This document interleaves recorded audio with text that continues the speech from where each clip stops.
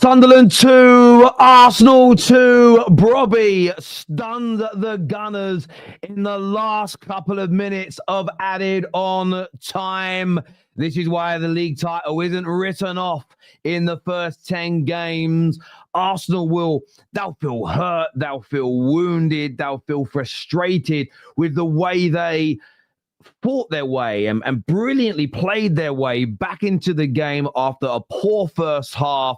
But to throw it away at the end, they're defending so good this season, but not clearing their lines, not defending the box well. And Brian Brobbey, the hero for the Black Cats, the hero for Sunderland today. What a game as well we were served up of football. If you didn't enjoy... Listen, you've had Jamie Carragher and all those mugs talking about how Premier League football is no longer entertaining. I know we were served up Tottenham Man United earlier, but that was a gem of a game. Do me a favor, please, and hit the like button. Make sure you are all subscribing to the channel as well. Welcome to the Full Fan Highlight Show. Cannot wait to read your views, your thoughts, your opinions on this game. And I think, look, in terms of the title race, in terms of everything else surrounding it, this is probably a good result for neutrals.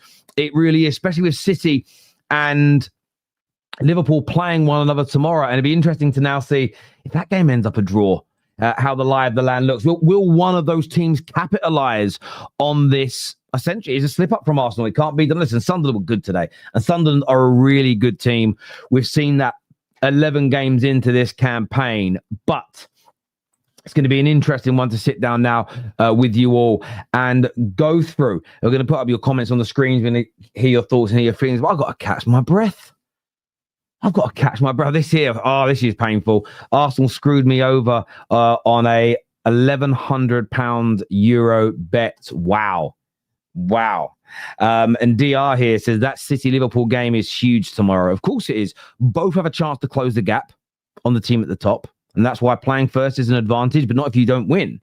Equally, imagine they draw tomorrow. It doesn't end their title chances by no means, but of course it will feel like a missed opportunity. It would be a get out of jail free card for Arsenal. But look, Arsenal were tested today. There was some adversity for them, and it was an interesting game overall. It really, really was. It was a thoroughly enjoyable game as well, I will add. I absolutely enjoyed every single second of that. Thank you, Luke, for encouraging everybody to hit that like button for us, my friend. That means a great deal to us. Fair play to Sunderland. They really fought for the point. Gabby should have done better, but we move on to the next one. Another case of a team that should have been on early yellow cards, not getting them. Great rugby match from Thugderland. Today is what Garrett says here. Not happy with the treatment from the Sunderland players. Oh, it's an interesting one. Give me your thoughts. Give me your opinions on that. Do you agree with this take here from Garrett? Daniel says, I knew the Sunderland would be good this season, but not this good. Real incentive for City and Liverpool. I don't think it will be a draw. Come on, you Reds, is what Daniel Lawson says here. The Sunderland have been excellent. You would not have thought out of two teams in the Premier League from the North East this season, I don't think many people would have thought the Sunderland would be a better team than Newcastle so far this campaign. I don't think many Sunderland fans would have put their money on being where they sit in the Premier League after that draw today. They second? They go third, actually, after that draw on 19 points. But you know what is crazy, right? I mean, Chelsea are going to play in a minute. I think Chelsea are going to win, by the way. Chelsea are actually going to go second tonight. And then anything can happen. Liverpool could go second tomorrow. City could go back second. It could be a draw. And if Chelsea win and then City and Liverpool draw, you're going to have Chelsea second on 20 points, right? Then you're going to have, if there's a draw, City will be top on 20 points but on goal difference. Chelsea would be third, right? You'd then have like Sunderland, Tottenham. No, then Liverpool would be on 19. And then you'd have Tottenham, Bournemouth, United. Bournemouth might win tomorrow as well to be on 18 points. It's crazy. Palace sit there on 16, but they play tomorrow. I mean, it is crazy. I mean, who knows what it's going to look like in that kind of that race for those league positions. Anyone who thinks this league's boring, you've got to have your eyes tested. This here says Rice abysmal, but his flag. I don't know what you're meant to be saying there. In the media, they go quiet. is what Sean has got to say here. AMD says, I'm gutted, but to be honest, respect to them. Well played.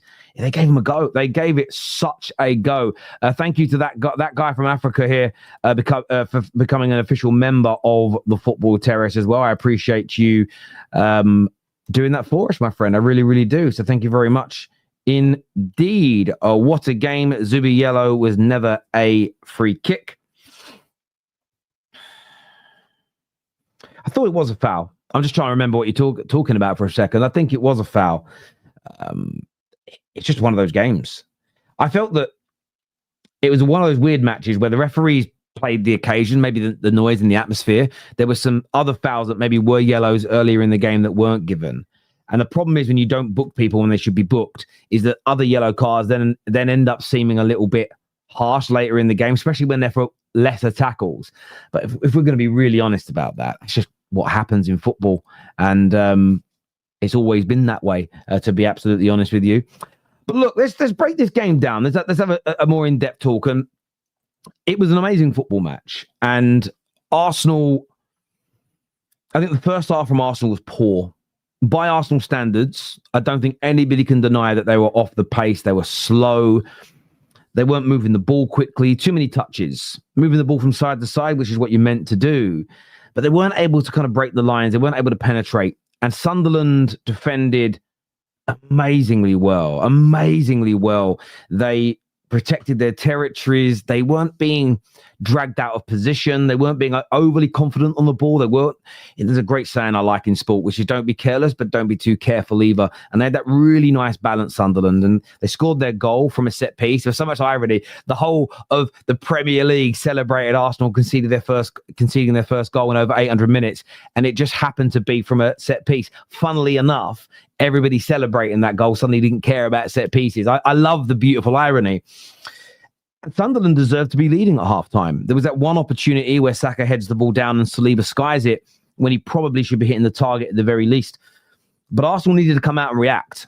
And I think the encouraging element, and there'll be Arsenal fans, I mean, listen, there'll be some Arsenal fans tonight, the Arteta out mob, I'm sure, are absolutely buzzing right now. They've been, in fairness, we've got to give them, they have been scratching their arms like a nitty for what? 8 weeks waiting for this moment where they could moan again. So barring those guys, but look, fair play to them. They have their agendas. Crack on, do your thing. TikTok will be a fun place tonight. I might even have a little look later. But there are some positives in this from Arsenal as well. The second half response was fantastic. The way Arsenal came out and played in that second half, the way they moved the ball, the way they broke the lines. Before we even get onto the goals, Trossard, I thought was excellent. Calafiori with these runs up and down. Bukayo Saka. We had a big debate on the Football Terrace yesterday, me and Don, about what does Saka do when he isn't getting goals or assists. Now he scored the equaliser, a mistake. I said earlier about being careless and not being too careful. And what started to happen with Sunderland, maybe a little bit of overconfidence. They started playing out from the back a little bit more, which they weren't doing. And Arsenal pressed them to death and won the ball back. Excellent finish from Bukayo Saka. I'm intrigued to see whether they give that goal as an open play goal or counter attack. Last week, it's very reminiscent of how Chelsea scored versus Tottenham. That was considered open play. I wonder if Arsenal actually get this in the open play tally. It'd be hilarious if it goes into the counter attack. But anyway, excellent goal by Bukayo Saka. But overall, I thought Saka had an amazing second half. He was dangerous for the entirety. He was giving his fullback and giving the defenders of Sunderland a torrid time. Just amazing. He's dribbling, his hold-up play, strength. I mean, I know it didn't go in, but a cross at the end for Calafiori, a brilliant save from the Sunderland goalkeeper. Is it Roefs? Is that his name? And then the block from Ballard. I mean, match-saving block. I mean, they were a hair's breadth away from conceding the winner just after equalising from Brobbey. The goal from Trossard, look, we as much as there'll be loads to talk about tonight, that has to get a mention. He was having a brilliant game. But what he was struggling to get in the match was that half a yard of space. He was struggling to get that half a yard of space. He was struggling to make that really work and happen. But when he did get it, when he was able to make it, that shot, it's a goal for the ages.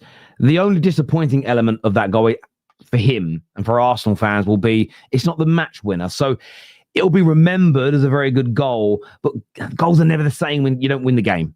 In my personal opinion, they never kind of hit in the same way. But what a strike it was. And Arsenal got the lead and they thoroughly deserved it.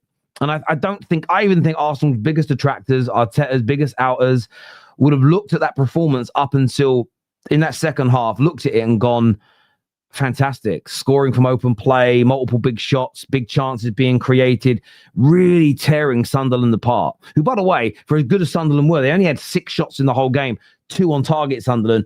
Both of them went in. Or Arsenal, 17 shots, 7 on target, 4 big chances. The one big issue for Arsenal today is they did miss 3 of their big chances. The goals they scored, I'm not sure. Well, Saka's was obviously a big chance because if you don't miss a chance, you score it. And then Trossard's was a wonder strike. But they had some really big opportunities and those blocks were there and they stopped it. But Arsenal would have been, I think Arsenal should be very proud of that second half display.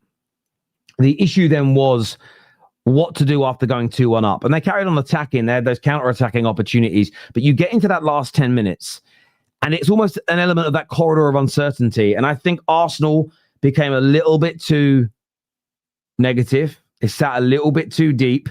And in the build-up to that goal, and I'm sure Arsenal fans were dreading this moment because Xhaka was getting the ball in a lot of space and the Sunderland fans are screaming, shoot, shoot. And I think we all thought he was going to, and it probably would have been a better option because as much as he has scored some thunderbolts, long-range efforts only go in 5% of the time. But what Arsenal was sort of doing is I think they were sitting too deep and they weren't putting enough pressure on the ball. And for a team that had defended its box, defended its area so fantastically well this season, especially in the last couple of months, they just sat back a little bit too much and the ball goes in. Sunderland get ahead on it. And I think Gabriel, look, there's credit in the bank here with Gabriel with how fantastic him and Arsenal's defence has been. This isn't a team that's conceding multiple goals every single game. They're not even conceding chances in most games. But he was just caught on the hop. And he had hold of Brobbey. But Brobbey showed such fantastic athleticism. And I think Gabriel maybe could have done better. Drops his head down low. But Brobbey manages to get to the ball, gets a flick on. Raya, who, by the way, Raya pulled off 2 or 3 fantastic saves in that second half as well. Let that not be forgotten. He was kind of in no man's land for the goal. It drops in. Sunderland go crazy. Arsenal's hearts are broken. But what does this result mean? You know, there was some excellent bits from Arsenal today, and there were some concerning parts. The first half would have been catnip.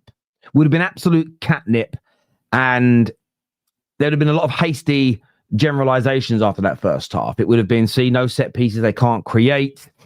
It's a bit like, you know, people that do that whole thing. I met a really rude American once, therefore I think all American people are rude. There's an element of that with Arsenal. People would have watched that first half and gone, see, no set pieces, they can't score goals. The second half, the attacking football was out of this world. But what wasn't good enough in both halves was defending the box. Now, I'm not going to go too heavy on Arsenal. Now, some will say, you've got to criticize them like you criticize everybody else. It doesn't work like that. I don't give Mo Salah as much stick as I give Anthony at Man United, because one has delivered and one has been fantastic, and one's been an absolute disaster. Arsenal didn't lose the game, to be fair, but there is criticism on the defending. But because they've been so strong for the majority of the season, right now I'm looking at the defensive issues today as a bad day in the office rather than a systemic problem within the team. There'll be eyes on it for the next few matches.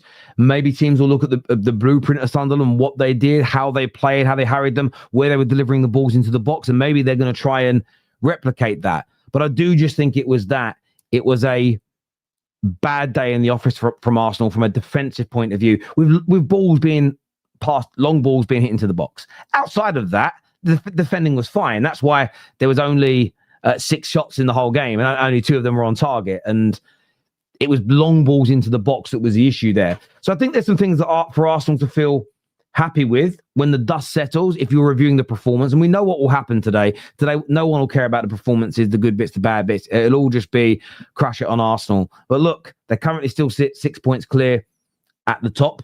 They have very slightly extended their lead as things stand. Let's wait and see for the big game tomorrow. Chelsea, of course, kicking off this evening as well, as this is being filmed and recorded.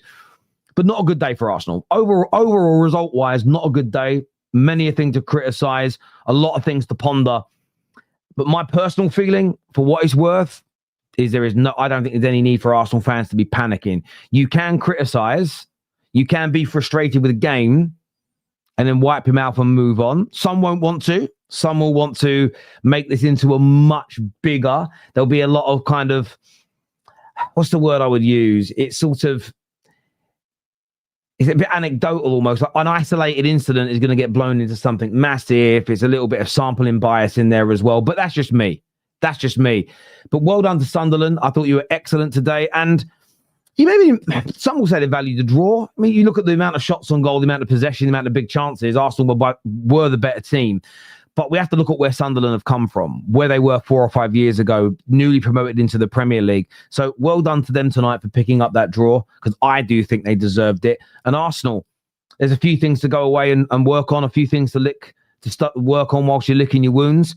But I think there was some good stuff as well. 2 goals from open play. That won't get mentioned now as well. But look, I want to get your thoughts. I want to get your opinions in the comment section below, please, people. Make sure you're liking and hyping the video too. And listen, again, I'll say it again.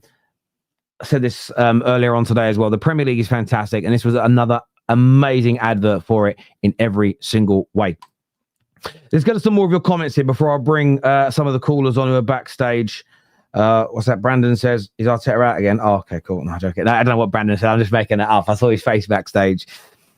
This was frustrating as heck. A brave 5-4-1 setup for Sunderland. Not even going to speak about the abysmal Craig Pawson. Look, Sunderland, I don't know if you'd call their performance, maybe you'd call it brave. Maybe I did in my monologue say it was brave. But I liked how they played. There's no reason for them to be coming out and going 4-3-3, all out attack and leaving loads of space in behind. That would be a stupid thing for Sunderland to do. They'd get smashed 4-0 and everybody would laugh at them. And Sunderland are not an easy team. Sunderland are a good team, but it's because they have a way to play and they're built for the current Premier League, the Premier League as it currently stands. They've got tall players, strong players, fast players, lots of technically gifted players, but they have that speed. They have that athleticism. And what they're good at doing is sitting in, they're good at absorbing, and then they're springing into the attack. We've seen what they've done to Chelsea already this season. Now, obviously, that was at Stamford Bridge, so a little different scenario. And they're making a fortress for themselves at... Why on God's green earth can I not remember what Sunderland Stadium is called? I feel offended. Stadium of Light, Jesus Christ, of course I know. I remember when it was built. And it was great. It was a lovely stadium, still is. But yeah, they are a difficult team, and they do play in a brave way, but they play to their means. And it's really important that they do that. If this was Liverpool, you would say they bottled it. I mean, if Arsenal had just lost their 4th game in a row, I'd have a very different attitude towards it, yes. I totally agree with you. If Arsenal had not put many good performances in all season and had just lost 4 on the bounce, I definitely would be far more critical of Arsenal, yes. The same as last season when they kept on dropping points, far more critical than I'm being now, because I think there are things to criticise, and I did tonight. The defending of their box was their major issue. Tempo in the first half wasn't good enough. All called out. All called out, my friend. What more do you want me to say about it? Do you want me to go Arsenal just shit? And they're top of the league by fluke. Is that what we've got to do now? Come on. Good luck to the others going to Sunderland. It's a tough place. It's going to be a tough place in the atmosphere as well. You can feel it's one of those stadiums and it feels like everyone's really close to the pitch. It's a hard place to go. And I think that's one of the disappointing things for Arsenal and letting it go at the end. Because I think that Arsenal have learned a lot about themselves this season. And by the way, I don't think Arsenal's season is going to fall apart because of this. Equally, if they'd have won the game, it wouldn't have guaranteed they're winning the league. But I think coming through that adversity, would it just be, it's another little marginal gain of that atmosphere, being a goal behind, not playing well, increasing the performance levels, some brilliant goals. To have seen that out, it'll be a party atmosphere tonight. That being said, I don't think, and this is just my personal opinion, I don't think what Arsenal fans should do is over-embellish in the people that are going to lose their minds over this and create a fire that is just not needed at this particular moment. Even Real Madrid fans, after the run you've been on, wouldn't be smashing up cars tonight. City beat Arsenal to the title with a bigger points gap. I mean, look, anyone who said the only person, to be honest with you, now some people might put it in the comments. I don't read every comment because there's thousands that watch these shows, and I love that. The only football fan I've genuinely heard say the league title race is over for them was for Sam saying it about Liverpool. He's the only person. I've heard City fans say they don't know if they can win the league from this point. I've heard Liverpool fans say it's going to be hard, but Sam's the only person who says it's over. We all said it was crazy, and we used this weekend as an example. Arsenal have dropped 2 points. That's a fact. If Liverpool go and win tomorrow, the gap's smaller, and suddenly, it's back on again. So early in the campaign. And I did a video on Terry Fleur's TV about this yesterday. The reason why I wouldn't write off other teams yet, even if Arsenal are everybody's favourites, is because are we saying that Arsenal aren't entitled to what nearly every single champion has had in my lifetime, which is a poor patch in the season where they drop points? I don't remember a team that hasn't had that poor patch. Sometimes you get a bit fortunate. You might have a bad game in the Champions League that's a bit of a dead rubber, and then a bad game in the FA Cup, and then a bad Premier League game, and you turn it round. But most teams have a bad patch. Liverpool's first league title season. Remember when they got knocked out of the FA Cup, knocked out of the Champions League, lost to Watford? Sarr scored that game. That little period where it was poor, everything either side of that, fantastic. So the idea that we're going to set a standard that Arsenal can't, won't, or shouldn't have that period is crazy. Now, what we don't know is when they have that period, are Man City and are Liverpool also going to win all their games in that period? Are Liverpool and Man City not going to have any other bad patches themselves this season? That's all open to debate. That's why writing the season off after 10 games was ridiculous. Absolutely ridiculous. Let's hope Sunderland park the double-decker bus against Liverpool and City like they did against us. We sat deep.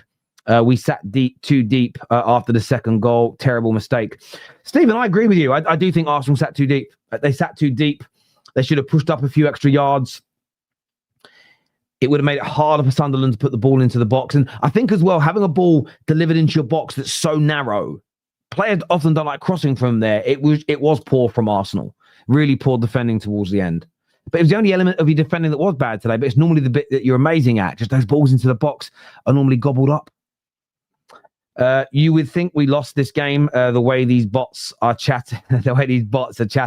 Most of your teams will go there and lose. Arteta went defensive, gave them the ball. At the end, you did, yeah. You did go too defensive at the end, and equally, that's also why I think Arsenal fans should be disappointed with their loss. But this is one of those things where Sunderland are still going to play. Have still got to play what everybody else that could be in the title race at their ground. I think they might take points off them as well. It's why it's so early in the season still. People writing obituaries or people writing acceptance speeches this early. It's ridiculous. Absolutely. Saka will pick up a career-threatening injuries because of these referees' refusal to give deserved early cards. It's effing shambolic how often this happens, is what Garrett says here. Garrett's not happy tonight, people. Sunderland deserved the point. Well played to them, is what Miguel says. Steven says, we played bad. As simple as that. Wasting chances. Yeah, big chances in the game. Look, it's one of those things, isn't it? I want to be fair, because I said this about Šeško earlier too. The block from Ballard at the end, that's a perspective situation. And Staffy's going to get really upset that I'm going to say one thing, but see it from the other side as well and have some balance. I always look at those opportunities and think a player should score. It's just how I always feel about them. But I also understand the other side of that. Now, my brother, who's just left my house, he was a very, very good defender when he played football. And whenever he sees those moments, and he did in the game, he doesn't even talk about the striker needing to score, the attacker needing to score.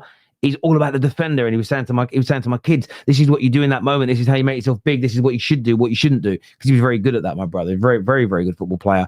So again, it's a perspective thing. I was a more attack-minded footballer. So therefore, I'm seeing it from his perspective. And I think that's the nature of it, Steve. You're an Arsenal fan. You're completely seeing it from the Arsenal point of view. And I don't disagree with your angle. But what a block it was. Fair play to Sunderland. They fought very well. What an elbow in the face of Merino. Should have been a penalty, right? A head clash from Saliba last year was one. Do you know what I would say, my friend? I don't think it was a foul. It was natural. I don't think he intended to do it. Personally, the slow-mo made it look worse. I think it was accidental. You do that with your arms when your head are in the ball. I personally wouldn't say it was a penalty, my friend. Saw fight today, and that is all I can ask for. Listen, Arsenal did fight back. I mean, they did, and they nearly went back up the other end and won it. So I don't think there's any concerns there at all. The clean sheet record gone. Tie at a crucial point. Do you know what I will say? When that goal went in, I was like, how... This is me reflecting as a United fan. How we went 14 games without conceding a goal. I think it was in the league. It might have been all comps. But 14 games Man United went. Van der Sar in goal, Rio and Vidic. It's phenomenal. 8, by the way, that you had was amazing. But yeah, crazy. Henkepe should have been on. I can't understand it, is what Mikel says here. But for whom? Were you taking off Calafiori? Like, what would you have done? Just so I understand your angle on that, mate. All I know is Sunderland better play like this against City and Liverpool. Do you guys get as frustrated as I do when you play it like it doesn't matter who they are. You play like a Sunderland, or you play a Brighton, or you play a who do we play? The Spurs, and they do well against you. But then you see them play like a week later against another good side, and they get slapped up 4-0. It's something about I always just take it personally. It's like they up their levels for us. I would love a study to be done though on smaller clubs getting points against the big teams. I'd love to see how many points on average they get in their very next game, or how many wins they get in their very next game. Because I've always had this belief, and it's purely, there's no data behind it because I haven't got the energy to go and do the stats. Anton's backstage. He's a bit of an anorak for stats. You might want to do it. I mean that in a polite way, Anton. Is I'd love to see whenever these teams, new promoted sides, mid-table teams, relegation sides, whenever they put in those performances sometimes where they fight tooth and nail and get a point, or they grab a win against a big side. I'd love to see how many of them, what percentage of them go on to win their next match. My gut feeling says it's quite low, but that's just me. Anyway, just join the stream. Is everyone going to ignore the fact that Sunderland player who flicked the ball on for this goal was blatantly offside? Was he? I saw the replay and didn't see that. Genuinely, I did. I they screenshot. Was he offside? Someone's got to send me a screenshot because I didn't see that. In the replay I watched, he looked onside.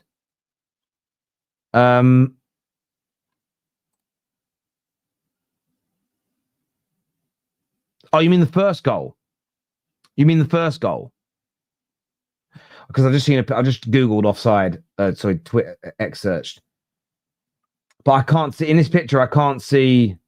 I need to see it in real time because that's a freeze frame. I mean, the player's in an offside position in that picture, but I can't see where the ball's being hit. Does that mean I can't see the moment the ball's being struck? So I don't know.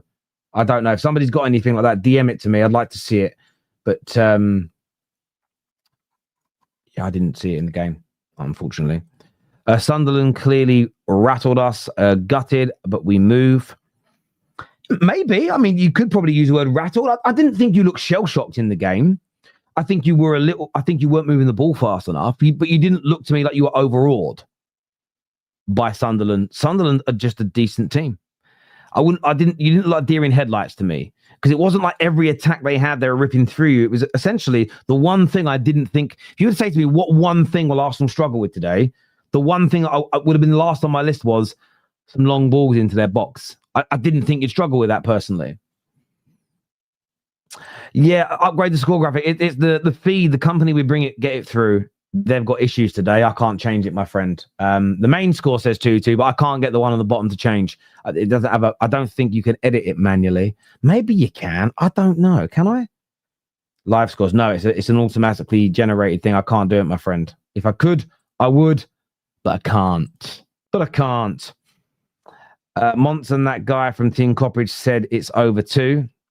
Yeah, listen, people say things when they're emotional, and there's nothing wrong with that.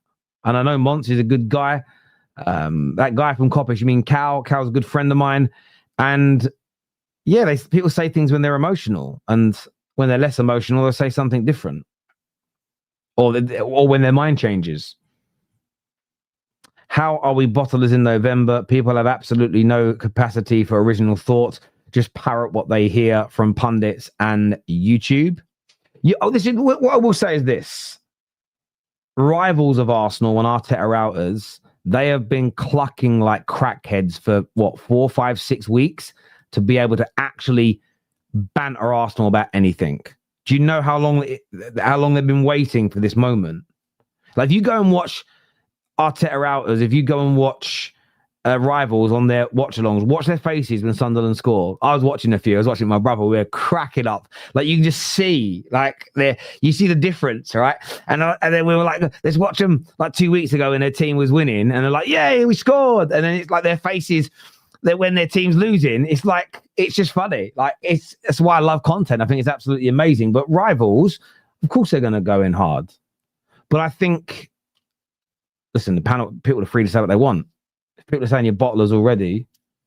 I bet they're the same people who said the league was over a few weeks ago. We missed Gyökeres today. That was the difference.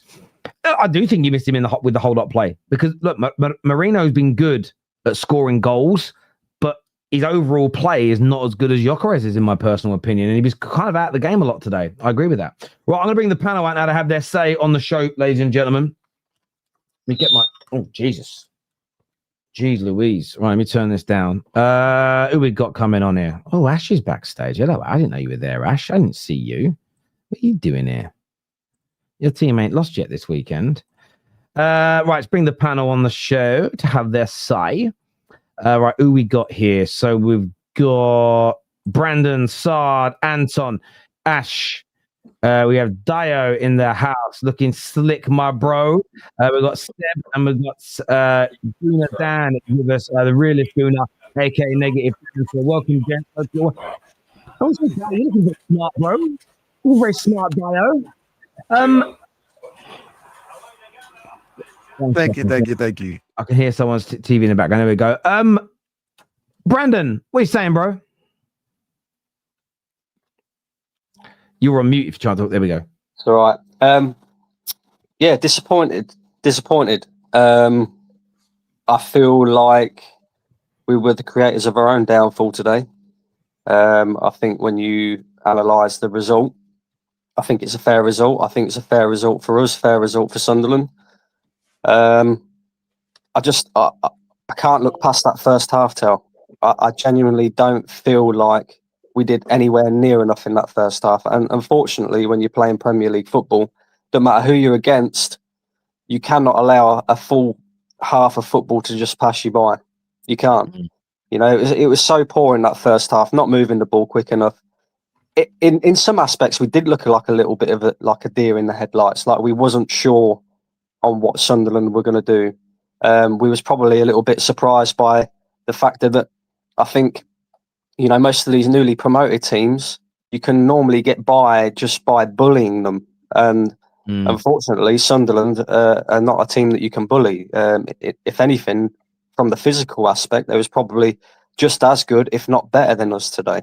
So I think from that aspect, I think we was kind of sort of thinking that we could just chuck balls in the box and create chances from that. And it didn't work in the first half. It was really poor by Arsenal. Second half, coming out much better. We had a good 20-minute spell there where, you know, we really did move the ball very well. We created quite a few chances. Probably should have scored 1 or 2 more goals. A little bit unlucky with Zubimendi hitting the crossbar. But yeah, I mean, I'm not going to sit here and say it's over and, oh my God, what the hell? You know, we've seen this all before and blah, blah, blah. Because at the end of the day, it's one result. And I looked at the players' faces at the end of the game, Gabriel in particular, and they look very disappointed and upset with themselves because they know that they haven't done enough in that game. And hopefully that'll be kind of a learning curve for our players, because I put a lot of the blame on the players today. I don't think, you know, they went out there and gave their all in that first half in particular. I think Mikel Arteta, in hindsight, got it wrong with the substitution as well. We probably shouldn't have been sitting as far back as what we was. But we take the point, we move on. It's a little bit more disappointing because it's the one weekend where you don't really want to drop points. You know, you know that Liverpool or City, or maybe even both of them, are going to drop points. So really, it's the weekend where you want to kind of extend your lead. But I'm not delusional enough to think that Arsenal were just going to continue to keep clean sheets week in, week out, and win games week in, week out. It was always inevitable that at some point we was going to drop points. Just a little disappointing on how we conceded the goals today, because like you said, Tel, you know, we're normally very good in our own area, defending things like that. But credit to Sunderland, to be honest with you, and it is going to be a tough place for many teams to go this season. Yeah, it is. And look, as I say, listen, I won't tell any Arsenal fan how they. No, I will. I'll tell you if I think you're right or wrong, because that's what we all hear. You come on and tell me the same thing. I don't think it's time. I don't think it's a time or space for absolute meltdowns, but it's the time. There are areas to criticize. I think it's about having that balance, and your players are going to do it themselves here. If he gets that pass right, he could be in here. Oh, Larson trolling the ball himself. Sorry. Anyway, back to what we said. I totally get where you're coming from, mate, and I feel the same. I'd feel the same if I was in your situation. And what I think is now an interesting test for Arsenal is, it's a shame there's an international break from your perspective, but what's the next game like? You know, do you come back in the next game and win well, and this just becomes a bit of a memory, or do you have a little rough patch? And I think that there's that's why I think writing the season off so early or going crazy after one setback, I think both of those things are exaggerations. I think in a way, international break has come at the right time for us, because you look at some, and I'm not even going to start sitting here and blaming injuries, etc. But we know we've got quite a lot of players to come back from injury that are nearly almost there, almost ready. And, you know, you've got your likes of Havertz, your Madueke's, Gyökeres is currently out as well. They'll all hopefully be back after international break.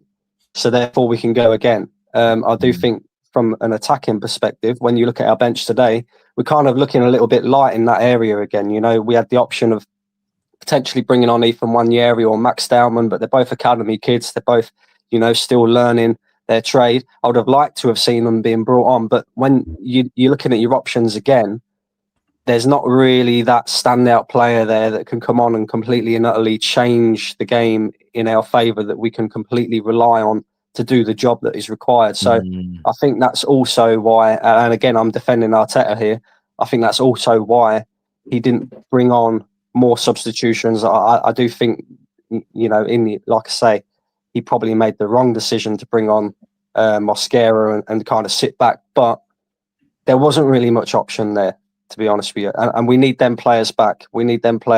And international break is definitely the right time for us, I think. I hear that. I hear that.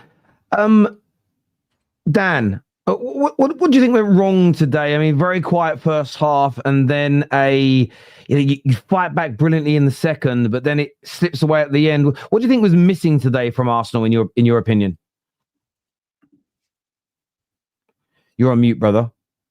I've unmuted you because I heard your TV in the background. Oh, yeah, nice. For me, we've seen this in previous games, and it's just like the set pieces have been bailing us out, albeit today we scored 2 goals from open play today, which was positive for me. But for me, we were playing the football too slow today. It was lethargic. That first half of football was one of the worst halves I think we've played this season.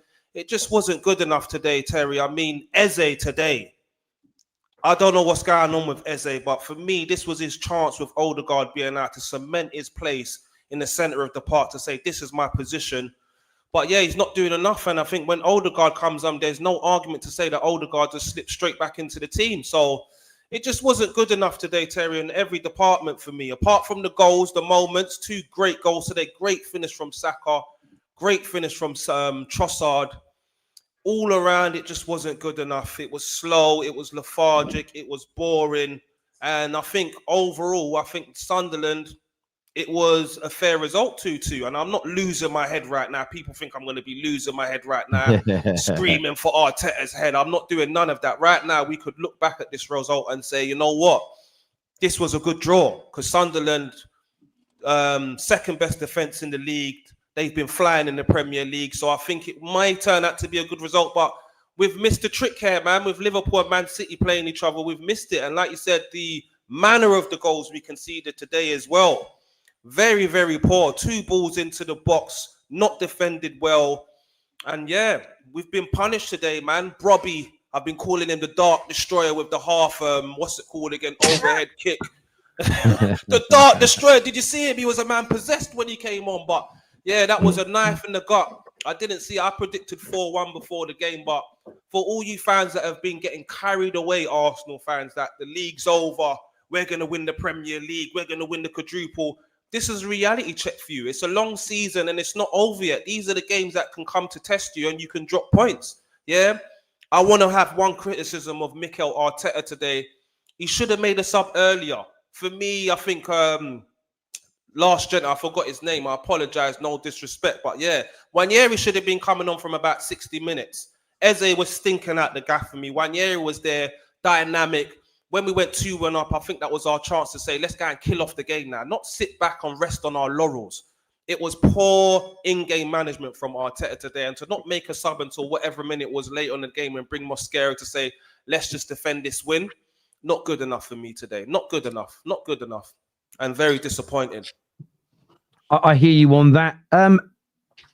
Dayo, what's your take on this? You're sort of shaking your head there. Do you agree with Dan? Are you in agreement with him? How do you see it, bro? Yeah, you're on mute, bro. Your mic ain't on.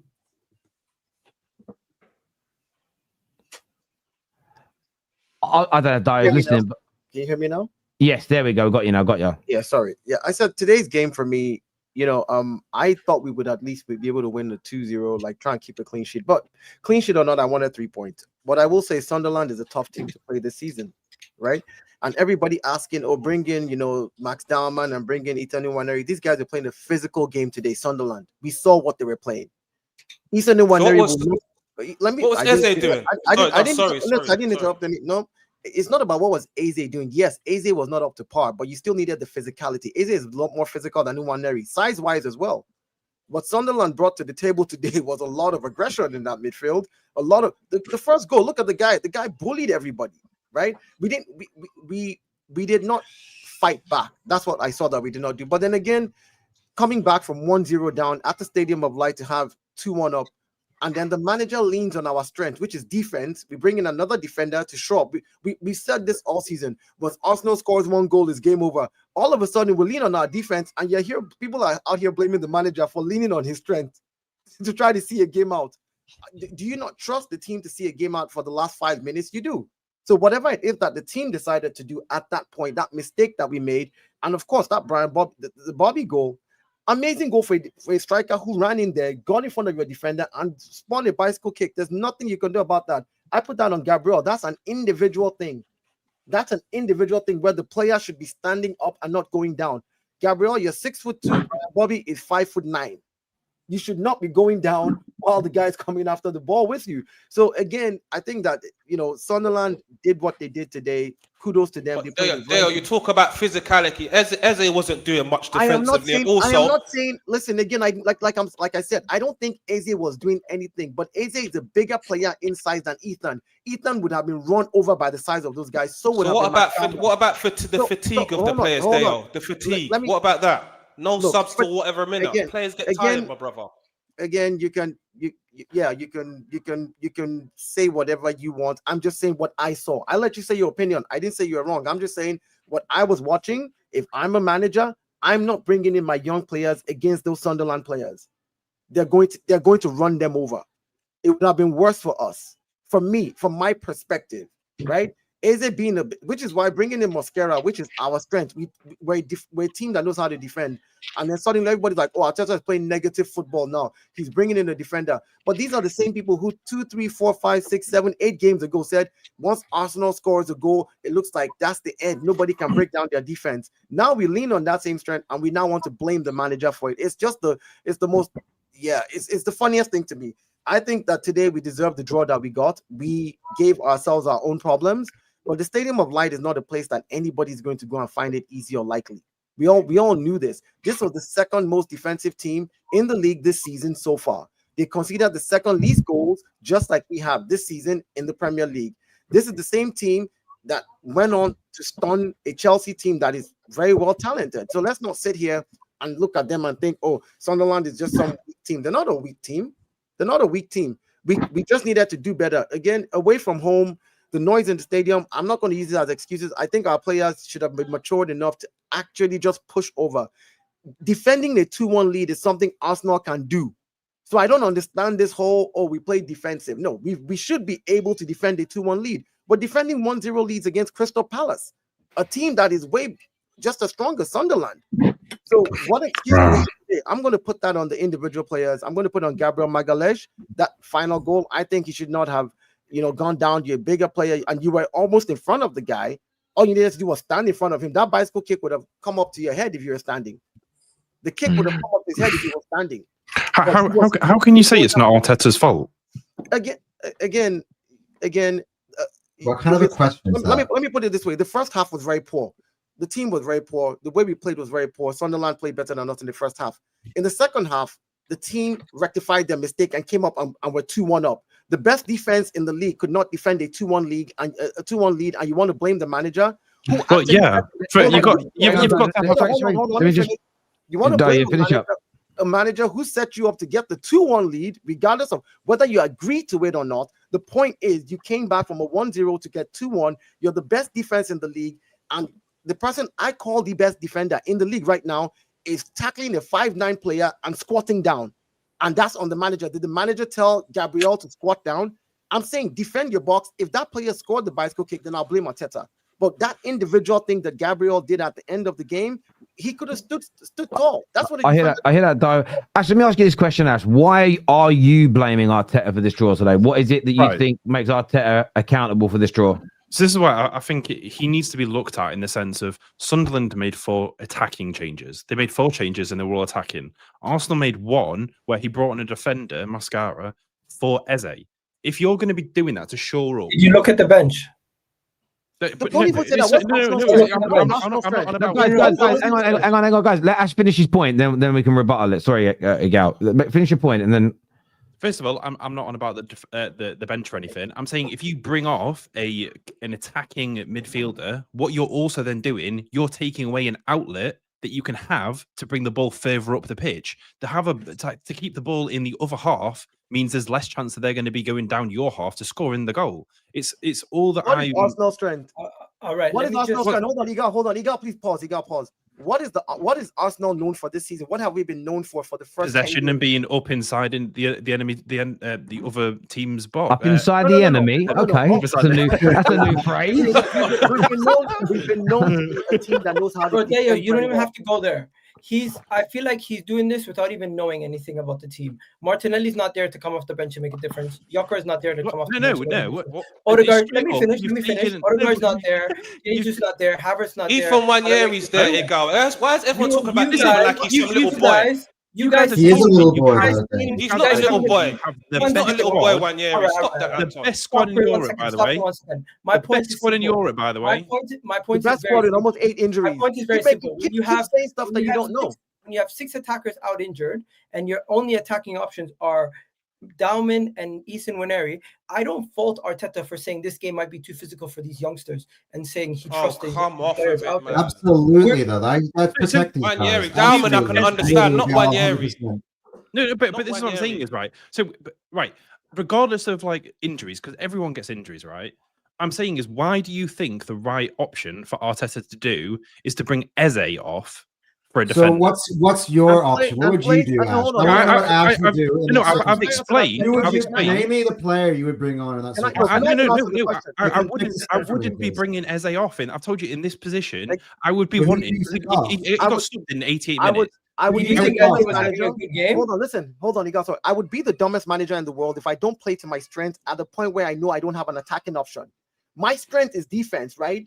As a manager has built a team that knows how to defend, I will be stupid enough because what you're saying is you want him to play to his second best strength, which is attacking, take out Eze, find another attacker to go in there as an outlet. Forget the outlet. We've seen Arsenal defend a 1-0 lead from 38 minutes to the end of a game. Can you not defend 5 minutes? This manager set up in a way where after leading 2-1, this team should be capable enough to defend a 2-1 lead. My point is individual errors. But what you're doing is taking Dayo, last season, what happened with that? Guys, Dayo, if you finish your point, then I'm going to go to Anton just to go through this. Finish your point, Dayo, please. Yeah, Dan, I don't care about last season because we're better defensively this season than we were last season. Yes or no? We can see it. So my point is, I'm not going to refer back to last season where we had mistakes in our defense. No. You missed the point. The point is, if I'm 2-1 up as a manager and my strength, or if I'm a boxer and my strength is a left hook, you're telling me to keep jabbing till the end of the match when I know that I can easily bring in a left hook and try to knock this whole thing out. The best thing that you do is keep possession and keep it in the other half. And if you're bringing a defender on and taking someone that can bring the ball into the other half and hold it up, say, on the corner flag, someone like Eze can keep the ball in the corner. We don't defend that way, though. Have you seen how Arsenal defends this season? 60% of our possession, we have 59% possession. It's usually in the midfield and in our half. We try to draw them in. That's where we've held majority of balls. How many times have you seen Arsenal try to run out the clock and go to the corner flag this season? We don't. It's not about the corner flag. It's about this is on about 88 minutes. I'm just saying, 88 minutes. 88 minutes, and we cannot defend a 2-1 lead. That's on the individual errors of the player. We are the better defensive team than Sunderland this season as well. We are the best defensive team that knows how to defend and have the best defenders. So how am I going to blame a manager for playing to his strength? That has got to be the most disingenuous thing I've heard. This is what you guys do to write your narratives. Somebody plays to their strengths, and then you say, "Oh, he played negative football." No, that's the strength of Arsenal. No, but it's not true what you're saying, though. 88 minutes, defend the bloody goal, 2-1. Okay, Gabriel, you're 6'2", you're up against the 5'9" guy, not going down. Okay, to your point, very quickly, Ash, before I go to Anton, who would you have brought on instead? What would your substitution have been? I wouldn't have swapped Eze for a defender. Okay, yeah, but what would your substitution have been? I mean, to be fair, someone even like maybe Norgard's a bit more of a defensive-minded player in that you could bring on the midfield. But the thing is, what I would want to do, I wouldn't want to be doing any sort of defensive-minded substitution because the way that Arsenal's been so much has been having the ball further up and to be able to kick the ball around. But this is what I'm saying is I wouldn't be in that position doing a defensive. I wouldn't be doing a sub. Is what I'm saying. This is not about whether who would subs. You've changed your mind now. Well, you know, I said at this point I would not be doing a substitute to do Eze for like we've rewritten Mascara. What I'm saying, most people are saying that Arteta got all his tactics spot on for this game. Letting players. No, I don't think they're properly analyzing. Tired players, 90 minutes. Just keeping them on 90 minutes. You're saying that was the right choice. That's what everyone's saying. At the end of the day, you conceded a goal after this happened. You've got to be able to look at what potentially went wrong. You can't just be like, look, Arteta did everything perfectly, but you conceded 2 goals. You took a player off in the 88th minute, and then you conceded another goal. So it was an amazing goal. Why don't you speak about the first half and be like, Arsenal did not press enough. Arsenal gave them too much respect, gave them too much time on the ball. If you would have came here and said, that is what I'm critical about, fair. But you came up with some nonsense. So obviously we're going to check you on it. Okay. On that, okay, guys, look, we can come back to it in a minute. Otherwise, we're not going to get round to everybody. I've still got to speak to Seb and Igal, but Anton, what did you make of today? Why do you feel that you weren't able to get that victory?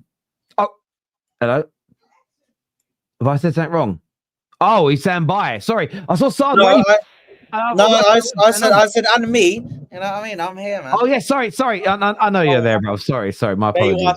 There you are. Go ahead. Yeah, Anton, what are you saying, bro?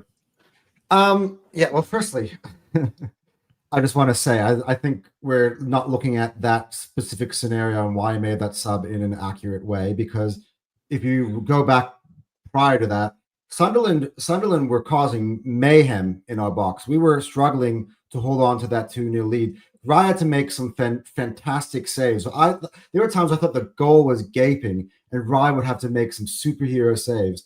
And we had to make reaction to that. Like Saliba and Gabriel easily had their worst performances of the season, and it's not even close. And he needed to add some extra protection in there. Just because they score an equaliser, it's okay. Now we're all of a sudden using this retrospective analysis. But Arteta did the absolute right thing in that scenario. He needed some extra protection in the defense because Sunderland were literally waltzing in there. I don't understand all of a sudden what's going on and how all of a sudden my defense that has conceded 3 goals all season is allowing them to just march into our box so easily in those final minutes. And I got to give credit to Sunderland. I got to start at the beginning. They put in a tremendous effort today. The Castellet Stadium was in line with them. The atmosphere there was rocking. And look, they had to put in 120% today to keep up with, let's be honest, the best team in Europe. And I have to applaud them tremendously for what they've done today. And it's disappointing that we've dropped 2 points. But actually, I just feel like maybe tomorrow will probably a draw, and we're going to be back to where we were at the start of the weekend. So I don't think it's necessarily the worst result in the world. I think if anything, it could actually be really good for us because it can just get us refocused, our concentration. But I did say, on prior to this game that I was a bit nervous about this game. That it was a potential banana skin for Arsenal. Seeing Granit Xhaka make Instagram posts saying, guys, we need to be together, and we can put it all together. We can do this for it was. I forgot exactly the quote because I'm not looking at it in front of me. It was something along those lines. And I could just tell this was somebody that was really up for it. He's gotten his teammates up for it, and he's gotten those supporters up for it. And I knew this would be a very, very tough game. And look, I was disappointed more than anything to concede. I was definitely disappointed to concede a second time, but I can't fault our effort either. I'm hearing a lot of us fault our effort. We were 1-0 down. We showed a lot of character to come back, to go 2-1 up. And at that point, I thought we would win the game. The most shocking part of this is that our defending was the worst when we were defending a lead today. And as I said, they were inside of our box over and over and over and over again. And look, we shouldn't be surprised that they end up scoring an equalizer because based off the way that they were at us at the end of latter parts of the games, we deserve that. And I just got to say, there were also times where I felt that we were not doing the right things that we've done in the past to close things out. Like Saka's going there chasing a third instead of taking it to a corner flag and stuff like that. And for me, I just think that's I don't know, non-characteristic of an Arsenal side this season. But I can't blame Arteta for this. And also, by the way, one more thing I will say. To Dan, who's sitting below me here, this is why we're missing Victor Gyökeres. We were missing Victor Gyökeres. We're missing his ability to get in behind. I'm going to ask you, Anton, you're watching that. You say Arteta done nothing wrong. So you're seeing Sunderland make 3 subs. Forget about the sub that he made. Did you not say to yourself, wait 60, 70 minutes? But I'm watching the game with a brother and I'm saying, shouldn't he have made a sub? So you're saying, what was the point of having a bench then? You're saying we shouldn't have made no sub. Sunderland brought on, the attackers they brought on, with all due respect, are not like high level attackers. He scored a bloody overhead kick, make the Dark Destroyer, Brobbey. What are you talking about? What would you have done? What talking? What do you say? What do you say? What do you say? What would you have done, brother? I would have made a sub about 60, 70 minutes. Eze was poor. I would have brought on Wanyeri for Eze. See, I don't trust Wanyeri, his defensive ability. Where's all this trust from? Did you see Wanyeri versus Slavia Prague? What about him? He was poor versus Slavia Prague in the midfield. It wasn't that bad, man. And Eze didn't play. No, Eze poor today? He was couldn't have got bad. much worse than what Eze was doing. People were talking about the physicality of Eze. He The wasn't two doing worst no players in work. Slavia Prague were Eze and Norberg. I respect not your Eze, opinion, sorry. bro. I think you and the gentleman up there, Newcastle fan, I forgot your name, brother. My apologies. But Ash. But but I think both you guys got it wrong today. It's not. So you would have just left Eze on. You would have just left Eze on. I don't think the substitutions were what lost us the points today. What lost us the point was the approach from the beginning. And if you would have criticized Arteta on that, you maybe would have had a point. Because we did not press as much. We gave them a little bit more respect. We gave them more time on the ball to see what they could do with it, which maybe we shouldn't have done. Gallard, I agree with you. When it comes to the game is running late, we're yeah, I agree with what you're saying as well, Ego. All I'm saying is I think when we're up 2-1, but you don't believe that. 1 second, but when we're up 2-1, they've made 3 attacking changes to go forward and attack. I trust one of the best defenses in the world this season to be defensive for that time. If we concede because of our own stupidity, that's not on the manager. The manager himself did not go out there and tell Gabriel and Raya to not communicate for that last moment to concede that goal. I think we're doing results-based analysis and we're trying to find holes in what aren't holes. If you were to criticize the first half, fair. If you were to criticize the manager, I did that already, Igar. Criticize the first half. All I'm saying is, if you were to criticize him for his approach to start the game, fair. But when we criticize his manager on substitutions and we look over to the bench and we say there's not as much quality to make those kind of substitutions, I can't blame him. I'm just saying that no world should Eze had been staying on to 88 minutes with his performance. Very bad performance from Eze today. Wait, so you think it was a good idea for him to take off Eze? Because before you said it wasn't. When did I say that? Dan, can I ask you a question on that? I think it's fair to say that he should have come off earlier. If he'd have taken Eze off 10 minutes, 20 minutes earlier for Waneri, how do you feel that would have helped you to have won the game? What do you think would have gone differently if that happened? I feel like we could have killed off the game and maybe got a 3-1. He would have made it. He would have come on and he would have been dynamic. He would have been attacking. The Sunderland players would have been tired. It's not from the start of the game as well. I feel like he could have offered more control as well, because Eze wasn't controlling the game. He wasn't getting stuck in. He was jogging around the pitch. He was not good enough. In no world should Eze have survived the full 88 minutes or whenever he's come off. That's all I'm saying. But for some reason, Igal, Anton, they don't believe that. He got it all right. I believe in the overall quality of Eze. But you should always. Eze. By the way, you're acting like Eze was really, really poor today. I thought Eze was bright many times in today's game. I think he offered them threat. I think there were times where he had some really good shots that the keeper had to save. Anton, do you think there should have been no subs this game? No, I think the subs that Arteta made were the exact subs I would have made as well. Subs? You didn't make subs. You didn't make subs. There's no S on the end of that. There's no plural. Yeah, because I don't trust all the players on our bench today. I felt like today was a game that we had to get over the line and get to that international break because we had so many players out.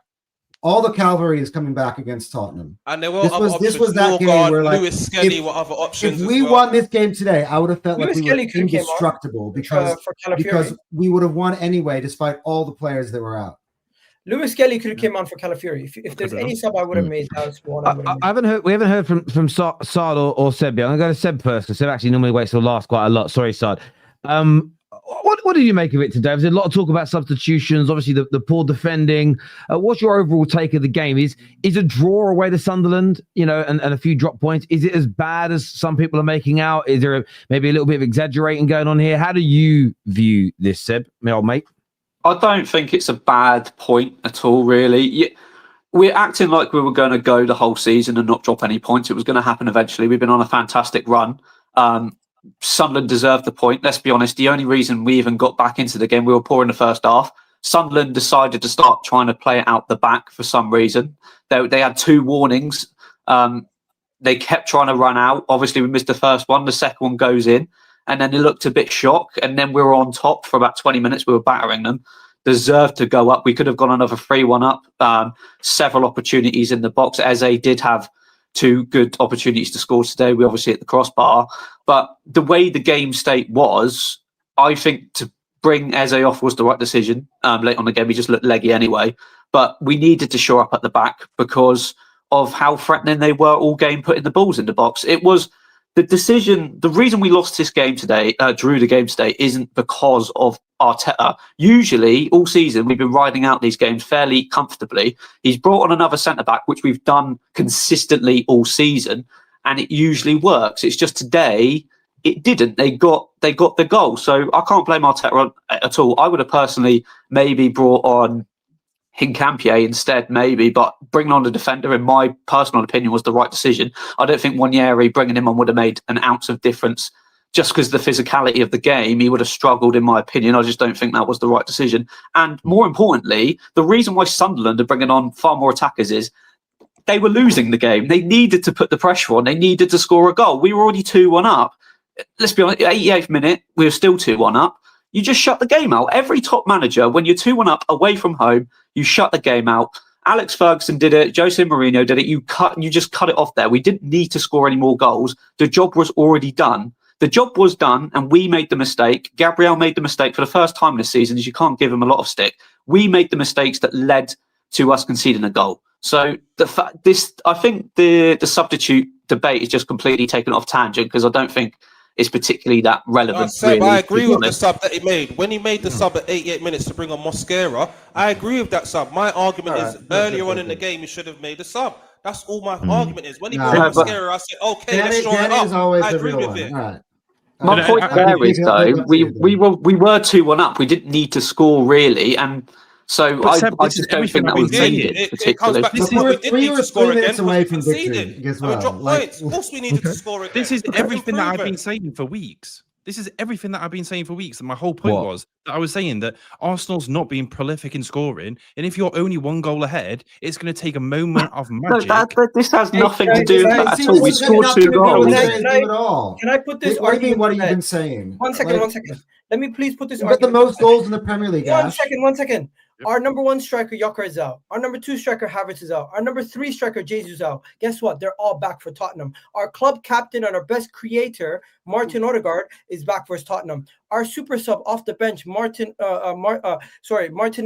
is also out. He's back versus Tottenham. And guess what? The backup for Bukayo Saka, who started off the season playing quite well, Madueke, is back. All these players are back for the 23rd of November versus Tottenham. When we finally have these attackers back in the team, you will no longer be questioning Arsenal's attack. You will then be Tottenham saying, at home, Miguel. I'll never question that. We're going to smash them over. One second. You will no longer be questioning Arsenal's attack. You'll be saying Arsenal's stacked, because that's how stacked we are in our attack. We have had all these players out injured, and we've still been winning. Mikel Merino was our 4th choice striker, auxiliary midfielder, who scored a brace in the Champions League on the weekend. I don't know how many 4th choice strikers who are scoring a brace in the Champions League. Have some respect. Well said, Gal. What's that got to do with Saka? What did you make of today? Obviously, you guys have been on a fantastic run. I feel like there's definitely some areas for criticism, but how do you see it? Are you as frustrated as some, as calm as others? I'm intrigued. Well, this was an eventful match reaction, to be honest. But I'll be real with you. To be honest, I'm kind of, yes, I'm gutted and I'm upset because we conceded a goal and we also drew a game, but I don't think it's going to be, like I said, I don't think it's completely the end of the world, to be honest. For me, you've got so many players coming back. The list that Igal just gave to us, we've got that massive list of players coming back, attacking players. Yes, there was some individual errors and there were some errors made in the goal. There were stupid errors to make, and the defense has just fallen asleep for those 2 goals, and I don't think you should be doing that at the top of at the top level. But it's gonna happen. Do you know what I mean? These guys ain't robots. They ain't a machine where they just keep on going every single fucking game. Sorry, apologies for the swearing, but they're not gonna keep on going relentlessly every single game without making a mistake or maybe making a slip up. Do you know what I mean? They're still human beings. But for this game, I think the first half was really poor. I think there was a lot of side passing. There was a lot of even because I was watching it with my sister. She doesn't watch football, but she's telling me, like, why is it taking so long for them to try and get the ball into the box? Why are they just messing around and passing it from one person to another? And when you hear somebody who doesn't understand or watch football, but they're telling you that, then you're like, this is mad. But I feel like the first half was really poor. Second half, they definitely came back. Like, he came out and had a mad talk with them, and then they came out second half 1-0 down, and they came back to make it 2-1. I thought this was going to be a close game anyway with Sunderland because they're unbeaten at home. They've been unbeaten at home this season. I think they played 6 games at home, and they've been unbeaten in all of them. And listen, Sunderland are not a bad team. Sunderland are actually a good team. People are just making it out like, oh my God, they came up from the Championship, man. You should be slapping them. So they came up from the Championship, so you should be beating them. But it doesn't always go like that. They're very compact. They're similar. At times, they can be similar to what Burnley was trying to do last season or the season before when they came and they tried to play the little passing football at times. But they're more compact because they've got Granit Xhaka in the midfield. They've got some players that are leading them and able to keep them compact and keep them composed on passing the ball and stuff. And listen, I think for me, it's not something to get over the top about. Yes, we've conceded. Yes, we've drawn a game, but we've got so many players coming back. We've got North London Derby next, which is something, although it's the international break, that's something to be riled up for. That's something to get gas for. These players are going to be very angry. Gabriel is going to be vexed for that game, so I'm gassed about that. And yeah, listen, I'll be real. Right now, where I could say I'm calm. I'm calm. I'm not gonna go over the top. The league's not over. I still do think we're gonna win the league. yeah, this doesn't change anything for what happened today. I'm sorry if rivals were expecting me to go mad and to be spitting at the mic and going crazy and foaming at the mouth, but I'm calm. Do you know what I mean? There was some errors. I do agree, though. I think you lot are being a bit harsh on what Dan's saying, because you lot are being a bit harsh on Ethan Nwaneri. We know that when he comes on off the bench, he can cause some magic, bro. He's got that energy about him sometimes. It happened last season at Leicester. It happened last season in other games where he came on. He's just able to create a little something. No, son, he's just a boy and he's going to get bullied. That's what they're saying. He's just going to get bullied. You know what I mean? I think too big for him. For me, if you wanted to make substitutions, you could make defensive substitutions, and you could have, taken a Mikel Merino off, because I think he started to fade out a little bit. So you could have taken him out and probably brought a Mikel. I'm surprised he stayed on the pitch. He looked like he was in concussion protocol. Yeah, like you could have brought an Ethan Nwaneri for him. Do you know what I mean? Just added a little bit of energy to that front line. So even if we do go down, at least we've got somebody there. Or if we can get the ball out, we can get somebody onto it that has a bit of energy, is able to do a little run-in. Do you know what I mean? And bring some energy to the attack. But yeah, unfortunate result, Terry. But we're calm. By the way, I wasn't smiling at you. So I wasn't smiling at what you were saying. One of my best friends I worked with for many, many years when I was at the bank. She just messaged about coming to my 40th, and she's like, "I'm not drinking though." And I was like, "Oh, ain't you fucking?" I was having a go at her. Like, "You're not having a drink on my 40th." And she sent me a picture. She's like a baby Jew, really. So I didn't know she was pregnant. So congratulations, Bex, if you're watching. Be like yourself. Really happy for you. Really happy for you, Bex. Congratulations. Yeah, no, we worked together for years. Great girl. Her brother actually was just on Love Island. He was just on Love Island. Her brother actually. I don't remember his name. He's not the dad. He was the one who looked like Gakpo. So, brother, if you watched that show. I've got a question before we go to the super chats. Yeah, go on, mate. Go on. And then I'll ask you guys a question. Go on. Can I just big up Trossard for a second? Because what a goal! I was one of the people who was like, "Why do we give this guy a new contract without getting an extension?" And we just gave him what a strike! Goal of the season for us. He has been producing at a high clip for us, either coming off the bench or starting. He has been crucial. And as much as we're critical of players, I feel like we don't give players credit when credit's due. And Trossard is one of those guys. It could have been the match winner if it wasn't for that final goal, which obviously ended up making it an equaliser. I think the one thing about during the game, I've said it in my monologue, is that I felt like his goal and performance and Saka's performance and goal, they kind of they end up becoming a little bit less spoken about because you didn't win the game. But I thought both were absolutely, me and obviously, if any of you guys watched Straight Facts yesterday, me and Don were going at it, hammer and tong over Bukayo Saka and his consistencies. A lot of the chat were going, no goal smoke on play. I was saying yesterday, Terry. Yeah, I think it was a mixed game, Terry, for me. Saka, he had some really good moments. Obviously, the goal.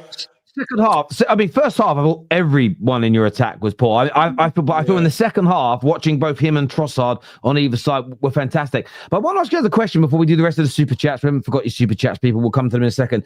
Do you guys think maybe, and I'm asking this because when Man United win 14 games without conceding, in the build-up to like the last 2 or 3 of those games, and then the game where we conceded against Blackburn, it was all anybody could talk about.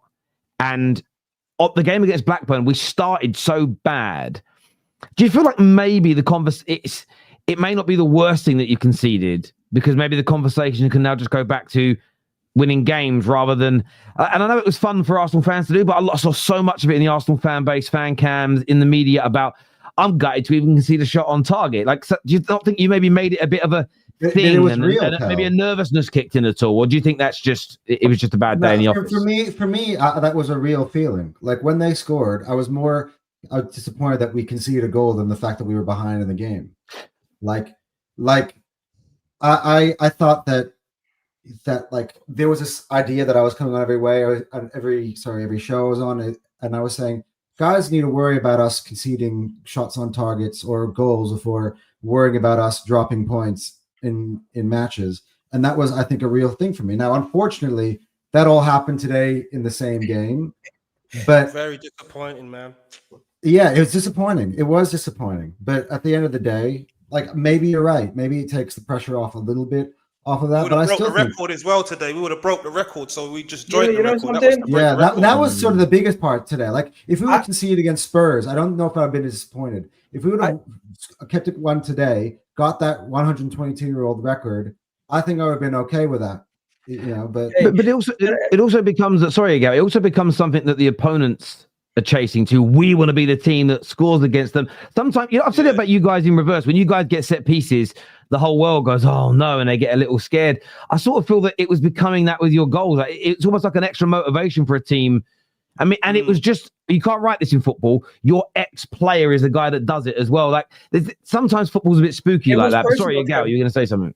It felt personal. It felt like it felt like today these guys were really, really like trying to, I don't know, West Ham, Fulham, Crystal Palace, it never felt like it was that personal. Today I felt like funny because you got number 34 on the other side, right, Gal? Yeah, they were going at us. They were going at us different. And I really do feel like Granit Xhaka getting involved and getting an assist, Dan Ballard getting a goal. These guys had an extra motivation to do something against us today. And I don't think that's why we dropped the points necessarily, because I do think it was our own individual errors at the end that cost us. But yeah, fair play to them. And they are going to be a tough side. I'm saying this right now. A lot of teams high up the table are going to drop points to them, and they're going to look back and they're going to say, "Oh, Arsenal dropped points, making fun of us now." Not everyone can beat them 2-0. I'm telling you, not everyone can beat them 2-0. Stop that. Gary, were you at home or were you away? No, we'll smash them up at the Emirates. I think you beat them there. Now, on a real level. I mean, also you didn't pull clear of us today as well, which was nice. But I'm going to jump to some super chats. What you just spoke on touch Seb. What's your thoughts on this super chat? It says here that City lost to Villa, Chelsea lost to Sunderland at home, and a draw against a good Sunderland side away. Suddenly, Arsenal have bottled it. They are still unbeaten in the last 14 games in all comps. No team wins every game. Do you think that's a sensible take in this? Do you think maybe Yeah. Seb. Look at the end of the day, we're still going to be top of the league. Guys, I said Seb's name. Sorry, I said Seb's name. Sorry, we're going to go back to Seb. Sorry, gents.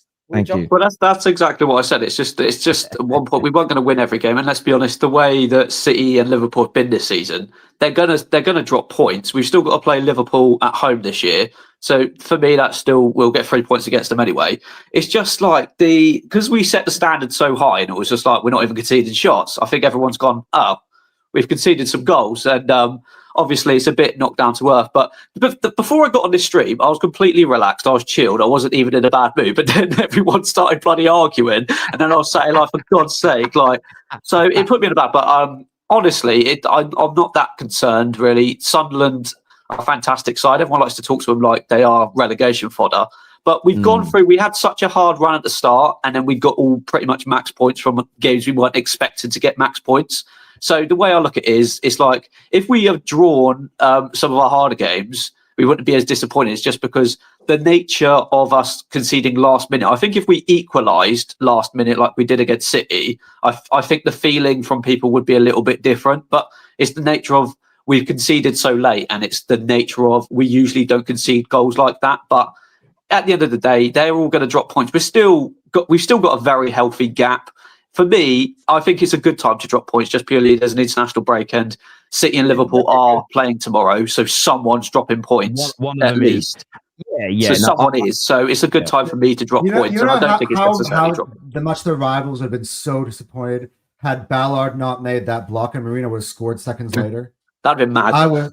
See, a lot of my brothers are here today because my son's over from Ireland. And by the way, I just want to say big shout out to Archie today. We went and played with an academy in the morning, and he got my youngest got player of the day in the under sixes, but my son was there in the under 12s. He's only 10, player of the day, and has been invited along by a couple of scouts at a few big academies in London, including Chelsea, to come over from Ireland and have a trial. So he did very, very well today, did my boy. But I am having DNA tests because he's 10 times better than the player I ever was. It's I don't know if he's mine. That's the one fear. Do you know what I mean? But if he isn't mine, I'm going to hide the results because I'm going to become his agent. That's what I was thinking. But it's weird. He's much better than me. But I was showing my brother. I was like, my brother noticed more than me because I'd never watched myself play. He's like, he moves like you though, didn't he? I was like, yeah, it's a bit freaky, man. But no, he's very, very good. So big up Archie. Killed it today. Sunderland played great today. They deserve respect for that performance. We didn't play great today, but hopefully we won't have many of them performances. 1 point isn't the worst result. Do you know what I was thinking about? I don't want to speak I'm not an Arsenal fan. I don't want to bring up Man United on this. You are an Arsenal fan. Who remembers the Invincibles here? Like literally remembers. Dan, you'll remember. You're the oldest here, right? Like you remember every step of the Invincibles. When you drew games, and you drew quite a few, do you think that you were more relaxed when peak Wenger's teams drew games compared to Arteta's? Because you've got a little bit of PTSD over the last 3 or 4 years with Arteta because you haven't won a league title in years. Do you feel like 100%. Maybe if you won the Premier League this year and then this time next year you have the exact same run and then draw a game, do you think Arsenal fans will be more relaxed? Yeah, 100%, because with the Invincibles, we had already won 2 Premier League titles before that. So I wasn't too concerned of us drawing games at that point. I was still disappointed when we drew games. Of course, you want to win every game, but with Arteta, because we haven't got over that line yet, 14 draws last season as well. We dropped a lot of points from winning positions last season as well. I'm just a bit cautious. There's a lot of, I think everyone in here, not everyone, but everyone feels a lot more positive than me, but I'm just being a bit more cautious. And today was just another reminder for me is that it's not over yet. It's very early. So yeah, I'll be a lot more calmer if he was to go on and win the Premier League. And I hope that he does. Yet to be seen. We'll see. Boomaguma here says Merino has an assist for the opener. How many assists does Gyökeres have this year? Cut the waffle.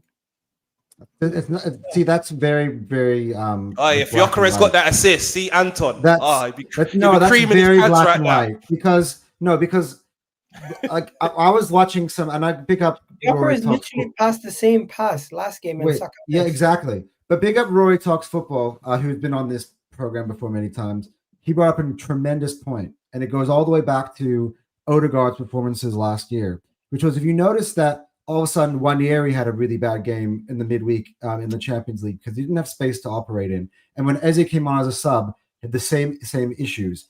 It's just that Merino, because he doesn't run in behind and he's kind of like a bit of a brick wall, he doesn't give like this, he doesn't make the runs for our attack number 10s or right 8s to make those passes in behind.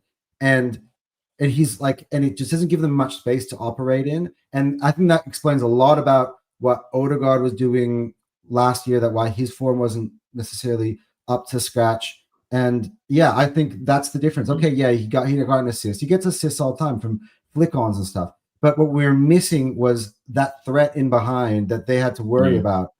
And you saw they were able to set up a low block like I have that. Brandon looks like he's woke up from a day nap here. That hair was on one. The Stadium of Light felt like Anfield. Their fans were amazing. Disappointed with the result, but give credit where credit is due. Sunderland were superb. Reality check before the next 3 could be a blessing, is what Jonathan says here. The Arteta back looked either tired or complacent. I will say this too, as an outsider to the game, a fan of either. Sunderland were just dangerous as well and physical and put themselves about. And that's the one thing I'm intrigued to see in your next match, is whether or not the team looks at it as a little bit of a blueprint to see whether they can get any success that way as well. So that'll be that works for us though, because all of a sudden teams are going to start to try to actually come after us, and that might work in our favor. You might score more goals from open play, and I agree. Jesus, Noni, Havertz, Gyökeres, Odegaard, Martinelli, all back for Spurs. 26 from 33 points, 8 wins, 1 loss, 1 draw. Even Pep takes that after 10 games. Very true when you look at it overall. It's all hindsight, and analysts have been in that scenario 100 times and seen the game out. Gabriel had a poor game when Eri got bullied midweek physically. I don't think that's true, because you've not seen this 100 times, because Arteta makes more than 1 sub. And like I said, you've also got to think about, right, if Sunderland's made 4 attacking substitutions, their defence is the same that's been on all game. They're going to have tired legs. So you're going to want to also bring some players to be able to get we didn't have the options. That's the real answer to your question. And I don't think Gabriel was poor today. Everyone keeps saying Gabriel was poor today. Apart from the goal. Yeah, I don't think he was terrible. Like in other games, you had a Madueke, a Martinelli, an Odegaard, a Havertz available on the bench. Arteta would have gone into that and made those switches, but he didn't have anybody he trusted for this occasion to bring on. So you That's didn't think truth. the stuff like Miles Lewis Skelly, No. Dowman. No. What would Miles Lewis Skelly have done in this game? He's more of an attacking minded player, and he's got fresh legs. Yeah, fresh leg. Look, I think it's fair. Fresh leg. I think that's fair. Sorry, so we're going to last few super chats. Gab should have defended better, and Raya rushed out. I do think as well, like Raya hasn't really been mentioned. He didn't need to rush out the way he did. To be fair, if he actually stays in hindsight, though, I suppose. But if he stays on his line, he just catches that.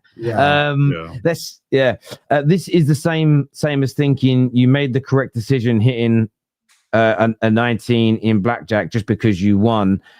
Sub gets correct decision 9 times out of 10. But I generally don't understand that, because one substitution, like I really don't get that. Like that's not something that Arteta normally does. I don't think it's the one substitution. I think they're referring to putting on a defender for an attacking player. Most of the time doesn't yield in a last minute equaliser for the other team. I think as well, if we were playing a bad team like Newcastle, we might have done it, but we were playing a good team like Sunderland, so, it makes a difference. Yeah, if it was Newcastle, you'd have definitely got the third goal. Does that not hurt you as well that Sunderland have got up and they're already better than you in your own? You know what? No, Ash was celebrating their goals today. I saw it. That's not true. I have never watched a game. I have never watched a game where I've said in the group chat I wanted both teams to lose. Like I've never watched a game where I was trying to do mental gymnastics on how both teams could possibly lose. Every time they scored, you had something to say. Every time we scored, you were silent. So that tells me you were more excited for Sunderland scoring than Arsenal. I gave credit to that last goal that Sunderland did because it was a good overhead kick. But what about Trossard's goal? That was a great goal as well. I've got this last super chat because I'm running out of time. It says Leggy out here at the end. You could see it with Rice, but it was the first half that did for us, and that we just were too pedestrian. Get the team to respond sooner. That's a great point there, Sly King. The first half is a big disappointment. And again, if you had played both halves that same way, you probably win the game. But look, gents, I thank you all for coming on. Great diversity of opinions tonight. Absolutely loved it. This is going to redirect you to Hassam's Chelsea watch along. So going, they're 0-0 currently with Wolves at home. Please go watch that. And then live match reaction afterwards. Please come back and support KJ on that show. I've got to shoot because I've got to go to the airport to take my son back to Ireland. So I'm not on that. That's why I've got to shoot now. Otherwise, I'm going to miss my flight.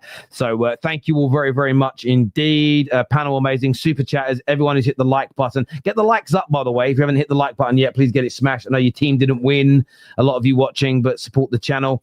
Take care. Goodbye. God bless. And we will see you all again very, very soon. Peace.